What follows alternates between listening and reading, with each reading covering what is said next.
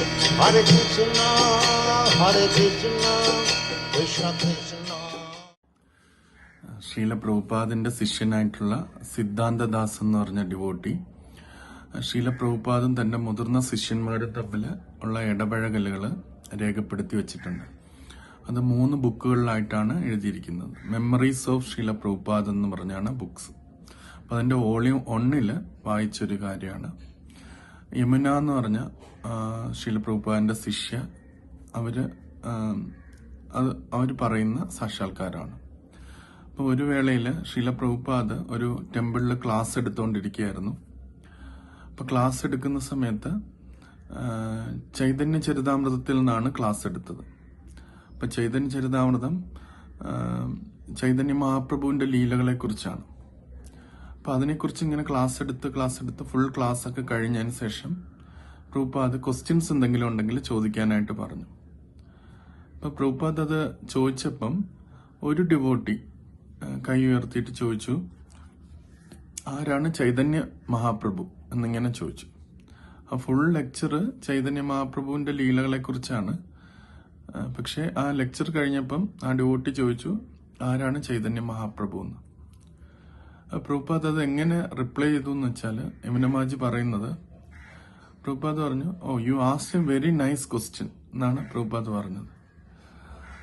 You are advancing in spiritual life എന്നിങ്ങനെ പ്രഭുപാദ് പറഞ്ഞു. നീ ആത്മീയ ജീവിതത്തിൽ പുരോഗമിക്കുകയാണ്, നീ വളരെ നല്ലൊരു ക്വസ്റ്റ്യൻ ആണ് ചോദിച്ചതെന്ന്.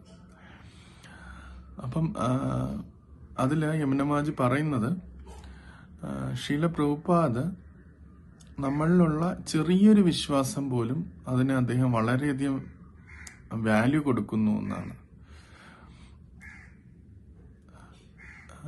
പ്രഭുപാദ് അത് ക്രിട്ടിസൈസ് ചെയ്തില്ല. ഇത്രയും ലെക്ചർ ഞാൻ പറഞ്ഞു അതിനെക്കുറിച്ച് പറഞ്ഞിട്ട് ആരാണ് എന്ന് ചോദിക്കുന്നത് എന്തിനാണ്, അങ്ങനെ ക്രിട്ടിസൈസ് ചെയ്തില്ല.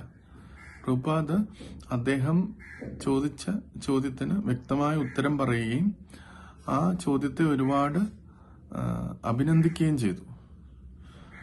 അപ്പൊ യമുനമാജി പറയുന്നത് ഒരു ആധ്യാത്മിക ആചാര്യന്റെ മനോഭാവം ഇങ്ങനെയാണ് എന്നാണ് പറയുന്നത്. നമ്മൾ ഈശ്വരന്റെ അടുത്തേക്ക് വയ്ക്കുന്ന ചെറിയൊരു കാൽവെപ്പ് പോലും ആധ്യാത്മിക ആചാര്യനെ സംബന്ധിച്ചിടത്തോളം വളരെയധികം അദ്ദേഹത്തിന്റെ ഉള്ളിൽ ആനന്ദം നിറയ്ക്കും എന്നാണ് യമുനമാജി പറയുന്നത്. അതില് തന്റെ സ്ഥാനം ഇത്രയാണെന്നോ ആ ചോദ്യം ചോദിക്കുന്നവരുടെ സ്ഥാനം ഇത്രയാണെന്നോ അത് കരുതുന്നില്ല. ഏതൊരു വ്യക്തിയാണെങ്കിലും ഈശ്വരന്റെ അടുത്തേക്ക് വരാനായിട്ട് വയ്ക്കുന്ന ചെറിയ ഒരു മുന്നേറ്റം പോലും ഒരു പരിശുദ്ധ ഭക്തനെ സംബന്ധിച്ചിടത്തോളം വളരെയധികം സന്തോഷം ഉണ്ടാക്കുന്ന ഒരു കാര്യമായിട്ടാണ് അതിനകത്ത് ശ്രീല പ്രഭുപാദിന്റെ ഈ മനോഭാവം വെച്ചിട്ട് യമുന മാതാജി പറഞ്ഞു തരുന്നത്. അപ്പം ഒരു ആധ്യാത്മിക ആചാര്യൻ അല്ലെങ്കിൽ ഒരു പരിശുദ്ധ ഭക്തനെ തൃപ്തിപ്പെടുത്തണമെങ്കിൽ, സന്തോഷമാക്കണമെങ്കിൽ നമ്മൾ ആത്മീയപരമായിട്ടുള്ള ഔത്സുക്യം, സന്തോഷം, അത് മനസ്സിലാക്കാനുള്ള കാര്യങ്ങൾ ഇതൊക്കെ നമ്മൾ പ്രകടിപ്പിക്കുമ്പം അവർക്ക് ഏറ്റവും അധികം സന്തോഷം ഉണ്ടാകുമെന്ന് നമുക്കിതിൽ നിന്ന് മനസ്സിലാക്കാനായിട്ട് സാധിക്കും. ഹരേ കൃഷ്ണ.